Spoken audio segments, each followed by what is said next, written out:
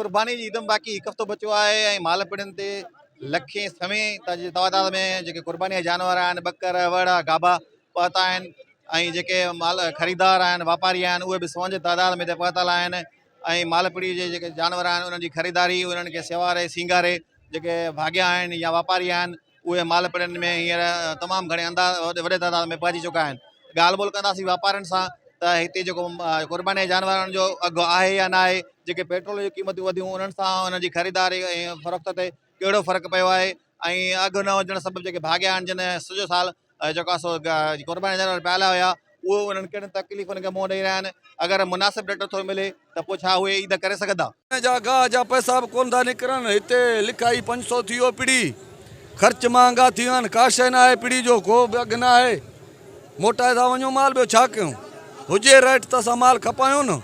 ईद में बाक़ी 8 ॾींहं रहिया आहिनि, किथे आहिनि? बेसुमर खां त पोइ पिड़ी ख़तमु आहे, कोन्हे का रेट ई कोन्हे, माल हिते घुर ई न आहे, लिखाई 500 थी वियो पिड़ी जो, हे हिते असां किराया डबल थी विया आहिनि, ग़रीब छा करे? गाह जा अन्न जा पैसा कोन था हलाइनि। मंडी लॻो पियो, माल खपे कोन थो, सॼा साल असां चारिया आहिनि, गाह अन्न जंतर महांगो, वतल मुल महांगो, हिन महिल रेट मूर बि कोन था कनि, मंडी में तमामु रेट घटि आहे, सभु वापारी ॾिसो परेशान बीठा आहिनि, वठण वारो केर बि कोन्हे, माल ॾिसो केतिरो आहे मार्केट में। पर अलाह ख़ैर कंदे साल साल खां पोइ हिते वञे थो, अलाए गवर्नमेंट जो अॻिते कीअं ईंदासीं गुज़ारो, गवर्नमेंट जो इरादो अलाए छा आहे।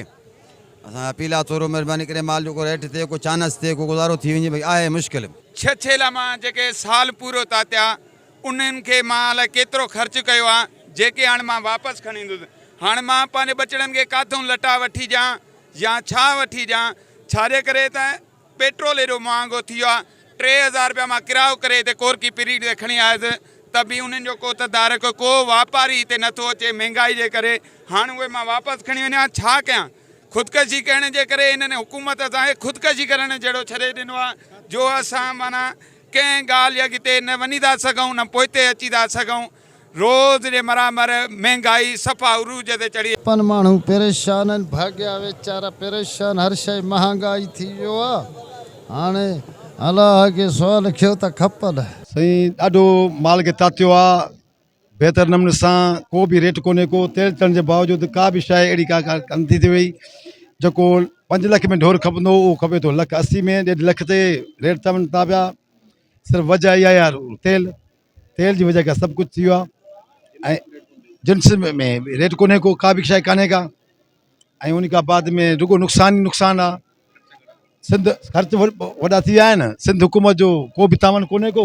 जेतिरा मसइला थी विया आहिनि दुनिया लेवल ते, उनजो ज़ाहिरी तौरु असर हिते पंहिंजे पाकिस्तान ख़ासि करे सिंध में मवेशियुनि जे लाइ तमामु मसइला आहिनि। जिन ग़रीबनि वीचारनि माना लख 2 लख में ढोर वरिता, उहे वरी 20-25 हज़ार मुनाफ़े खां वधीक कोन पियो मिलनि। ख़रीदार कोई कोन्हे, खपाइण वारा जाम आहिनि। बदहाली बुख ऐं ख़ासि करे तेल जे बहरान जे करे माना वठण वारो केरु कोन्हे, माल जो रेट सही न आहे, भाॻिया सख़्तु परेशान, उनजा ख़र्च वधीक आहिनि, माना माल जो रेट केरु कोन थो ॾिए।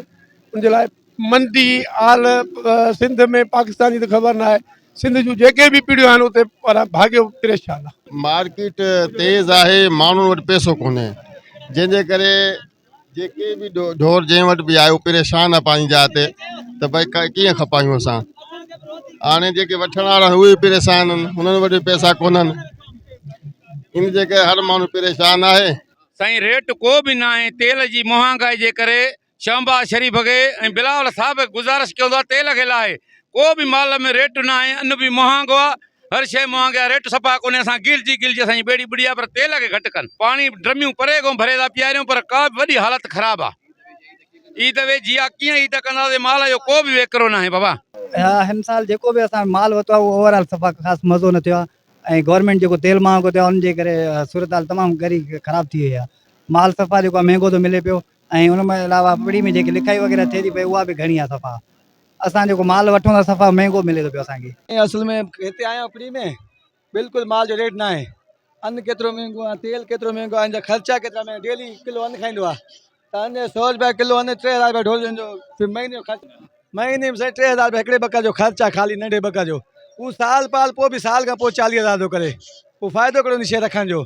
सो माल जो रेट न आहे बिल्कुलु, माल जो माना ईअं सम्झो कुझु पैसा में नथा वञा। बकर वरिता 40,000 38,000 चवनि मूंखे, बसि जो वधीक कुझु क़ीमत न आहे 16 ख़ैर अॻिते अलाए छा थींदो उहा अलाए ख़बर आहे मुल्की हालात सर बहितर आहिनि कोन हिते असां पंहिंजो माल कयूं तमामु जेको आहे सो माना रेट मिले कोन थो अॻे साल खां तमामु जेको आहे माना हिन साल तमामु बहितर जेको आहे न आहे का बि शइ सो मुल्की हालात बहितर आहिनि कोन हिन जे करे असां माल वारनि सां अहिड़ो को ख़ासि मज़ो कोन्हे को परेशान बीठा आहियूं माल काया आहियूं परेशानी जो मतिलबु पेट्रोल जे क़ीमतनि में इज़ाफ़ो उन खां सवाइ जिन्स जो अघु मुनासिब न मिलण सबबि जेकी मालपटियुनि में ख़रीदारी आहे क़ुर्बानी जे जानवरनि जी उहा बिल्कुलु जेका सो माली बहिराण जो शिकार आहे माण्हू जेके वापारी आहिनि या जेके ख़रीदार आहिनि उहे जेका सो माल जो रेट हाई हुजण सबबि ख़रीद न पिया करे सघनि 5 लख जो जेको जानवर आहे उहो उनजी क़ीमत 3 लख रुपया ऐं जेको ॿकर लख रुपए जो आहे उहो 60,000 में विकिरो थी रहियो आहे जेके मालवंदा आहिनि या जेके वापारी आहिनि उहे दाए रहिया आहिनि त इन्हनि महांगाई जे सबबि